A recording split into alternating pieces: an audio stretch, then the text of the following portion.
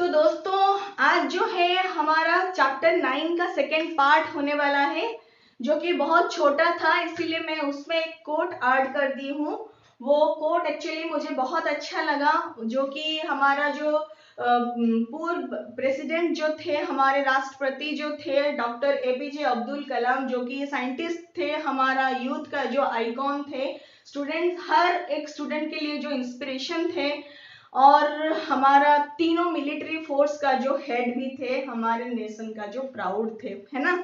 तो थे नहीं, वो आज भी है, हम सबके दिल में है।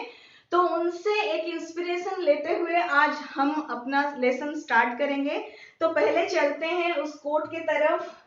तो उन्होंने क्या कहा है इस कोट में, अच्छे से समझिए और हो सके तो अपने लाइफ में अप्लाई कीजिए। मानती हूँ आप सबको बहुत अच्छा लगेगा। चलिए स्टार्ट करते हैं।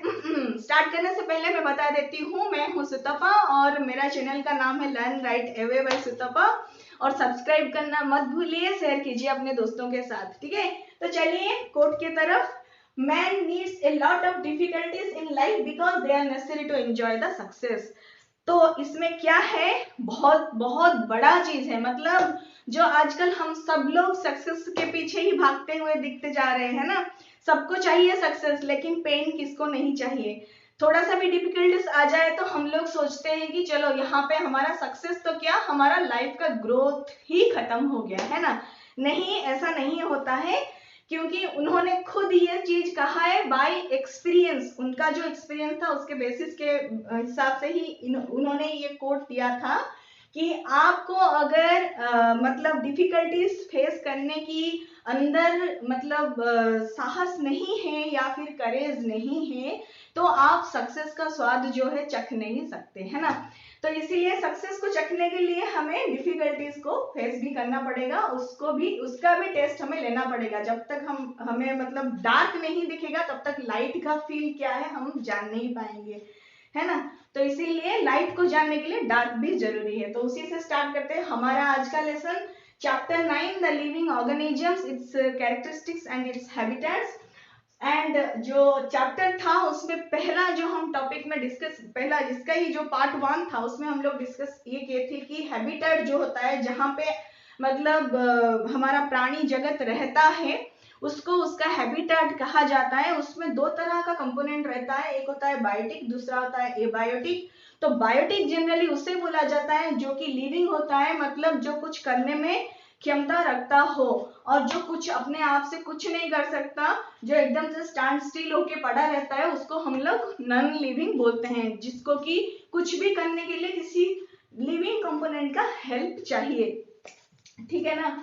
फिर आते हैं उसका जो कैरेक्टरिस्टिक एक एक करके देख लेते हैं कि एक लिविंग ऑर्गेनिज्म यानी एक बायोटिक कंपोनेंट का कैरेक्टरिस्टिक क्या है, किससे हम मतलब हम लोग पहचानेंगे कि ये लिविंग है और ये नॉन लिविंग है। तो फर्स्ट जो है नीड ऑफ फूड। तो फूड किसको चाहिए भाई, जो उसको खाता हो और पचाता हो। ऐसा नहीं कि बस खाए जाए और पचा ना पाए, उसको भी हम लोग नहीं बोलेंगे कि नीड ऑफ फूड, है ना।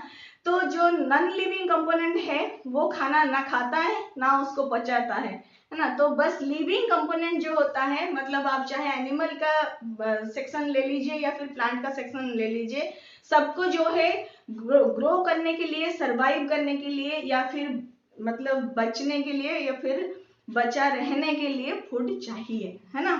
कैसे, एनिमल का जो सेक्शन है उसमें हम लोग 3 कैटेगरीज देखे थे, हर्बीवोर, कार्निवोर एंड ओमनिवोर्स। तो हर्बीवोर्स जो होते हैं जनरली अपने अपने जो खाने के लिए वो लोग ज्यादातर प्लांट के ऊपर डिपेंडेंट होते हैं। कार्निवोर जो होते हैं ज्यादातर दूसरे एनिमल्स को ही खाते हैं, और ओमनिवोर जो होते हैं वो प्लांट एंड एनिमल प्रोडक्ट दोनों को लेते हैं अपने खाने में। जैसे कि हम ओमनिवोर होते हैं, है ना, हम लोग प्लांट प्रोडक्ट्स भी लेते हैं और मिल्क एग जैसे प्रोडक्ट भी लेते हैं, तो हम लोग ओमनिवोर कैटेगरी में आते हैं। प्लांट्स भी अपना फूड लेते हैं, कैसे, वो किसी के ऊपर डिपेंड नहीं होते हैं, वो अपना खाना जो है खुद पकाते हैं। कैसे, फोटोसिंथेसिस के जरिए। उनके पास जो क्लोरोफिल होता है, जो ग्रीन कलर वाला सेक्शन लीफ में होता है, हम लोग पढ़े थे, वो क्लोरोफिल के जरिए जो एटमॉस्फेयर में हमारा कार्बन डाइऑक्साइड होता है उसको लेके सनलाइट के जरिए अपने रूट के थ्रू से जो वाटर और मिनरल्स लेते हैं उससे वो लोग अपना खाना जो है प्रिपेयर करते हैं, यानी कि स्टार्च प्रिपेयर करते हैं, और ऑक्सीजन इन द रिजल्ट वो लोग एटमॉस्फेयर में छोड़ देते हैं, जो कि हम लोग सांस लेते हैं, है ना। फिर आता है दूसरा पॉइंट जो है ग्रोथ। मतलब एनिमल हो या प्लांट हो, अगर लिविंग है तो वो ग्रोथ करेगा, अगर नॉन लिविंग है तो वो ग्रोथ नहीं करेगा। कल आपने एक चेयर खरीद के लाए तो आज उसका साइज बड़ा नहीं हो जाता है ना। कभी हुआ है क्या? नहीं होता है।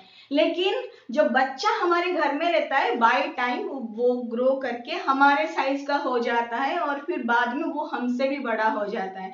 कोई प्लांट अगर आप नर्सरी से लेके आते हो या फिर कोई सीड है आप ऐसे जमीन में लगा देते हो, बाद में पता चलता है वो कितना बड़ा हो जाता है और फूल पत्ते उसमें आ जाता है, फ्रूट्स भी आ जाता है। लेकिन ये नॉन लिविंग चीज में नहीं होता है, बस ये लिविंग में ही होता है ना। तो ये क्राइटेरिया हो गया लिविंग ऑर्गेनिजम्स का। फिर आता है रेस्पिरेशन। रेस्पिरेशन मतलब क्या? ब्रीदिंग, जो सांस का लेना और छोड़ना, इसी को ही कहते हैं रेस्पिरेशन। तो ये एनिमल तो करते ही हैं, प्लांट में थोड़ा सा डिफरेंट होता है। प्लांट जनरली दो टाइप का गैस, हम लोग जनरली ऑक्सीजन ही लेते हैं और कार्बन डाइऑक्साइड ही छोड़ते हैं एक्सेल के टाइम। बट प्लांट में जो है वो दो तरह का गैस जो रिक्वायर करता है, दो टाइप का मतलब काम के लिए। जैसे कि वो खाना बना रहा है तो उसको चाहिए carbon dioxide from the atmosphere, अगर वो रेस्पायर कर रहा है तो उसको ऑक्सीजन चाहिए from the atmosphere only. Okay, next is respond to stimuli. जैसे कि हम लोगों को मच्छर काटता है, तुरंत हाथ वहां पे चला जाता है, चाहे हम किसी से बात कर रहे हो, चाहे हम सो रहे हो, इवन चाहे हम लोग कहीं पे बिजी भी हो, कुछ भी हमें एकदम कांटा सा चुभ गया तो ऑटोमेटिकली हाथ वहां पे चला जाता है। वैसे ही आप अगर देखेंगे, एग्जाम्पल लेंगे कि कुत्ते को या फिर बिल्ली को आप खाना दिखा रहे हैं तो अपना पूंछ हिलाता है, या फिर ऐसे मतलब टोंग जो है बाहर निकाल के एकदम एक्साइटेड एक फीलिंग आपको दिखाता है, एक रिएक्शन दिखाता है, वो उसी को हम लोग बोलते हैं स्टिमुली। स्टिमुली की वजह से ही हम लोग जैसे जो एक्शन का रिएक्शन दे पा रहे हैं, चाहे हम लोग उस मतलब उस काम में डायरेक्टली इन्वॉल्व हो या पैसिव में इन्वॉल्व हो, लेकिन हमारा रिएक्शन जो है ऑटोमेटिकली एक्शन के हिसाब से आ ही जाता है, उसी को बोलते हैं स्टिमुली। फिर आता है हमारा एक्सक्रीशन। मतलब हम लोग जितना भी फूड लेते हैं, सही यहाँ पे एग्जाम्पल था, प्लांट का भी स्टिमुली होता है। आप लोगों के मन में ये क्वेश्चन आ रहा होगा कि प्लांट तो लिविंग है तो उसमें क्या स्टिमुली होता है? हाँ होता है।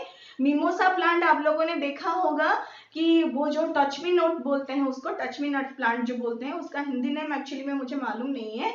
तो उसमें क्या होता है, आप अगर उंगली देंगे उसके लीफ को छुएंगे तो अपना लीव्स जो है फोल्ड कर लेता है। कोई कोई ऐसे प्लांट्स होते हैं जो कि एकदम दिन के टाइम ही उनमें फूल आता है, फूल जो है शाम के टाइम मुरझा जाता है। कोई कोई ऐसे प्लांट होते हैं बस नाइट के टाइम में ही खिलते हैं, रात के समय में ही खिलेंगे और सुबह होते ही वो मुरझा जाएंगे। आप हर सिंगार का पेड़ जो है उसका फूल भी देख सकते हैं, वो जो है मतलब सुबह होते होते वो टूट के एकदम नीचे बिखर जाता है, लेकिन रात के टाइम में एकदम खिला हुआ रहता है ना। तो वो लोग स्टिमुली को ही रिएक्ट करके ऐसे जो अपने में चेंजेस लाते हैं। फिर आता है एक्सक्रीशन। एक्सक्रीशन मतलब जितना भी फूड हम लोग खाने में लेते हैं, सारा कुछ हमारे बॉडी में मतलब डाइजेस्ट होके अंदर ही नहीं रह जाता है। मतलब जितना हमें न्यूट्रिशन चाहिए हमारे ग्रोथ के लिए या फिर कुछ भी है, तो बहुत सारे फंक्शंस होता है, सबके लिए जितना हमें न्यूट्रिशन उस खाने से मिलना चाहिए या फिर लेना चाहिए, बॉडी उतना ले लेता है। और जितना रफेज और वाटर एक्सेस अमाउंट में होता है उसको बॉडी क्या करता है, बाहर निकाल लेता है। तो उसको जनरली मतलब एक्सक्रीशन बोलते हैं। जो मतलब वेस्टेज को बाहर निकालने का जो प्रोसेस होता है उसी को एक्सक्रीशन मतलब बोलते हैं। वो जो एक्सक्रीशन जनरली नॉन लिविंग में कभी पॉसिबल नहीं है। आप कभी नहीं देखे कि चेयर और टेबल ये सब में कभी एक्सक्रीशन हुआ भी हो, है ना। तो ये बस हमारे घर में जो कुत्ते बिल्ली होते हैं या फिर हम लोग हैं या फिर प्लांट्स है, यही जो आप प्रोसेस है केवल आप लिविंग में ही देखेंगे, नॉन लिविंग में नहीं देखेंगे, है ना। तो प्लांट में भी एक्सक्रीशन होता है।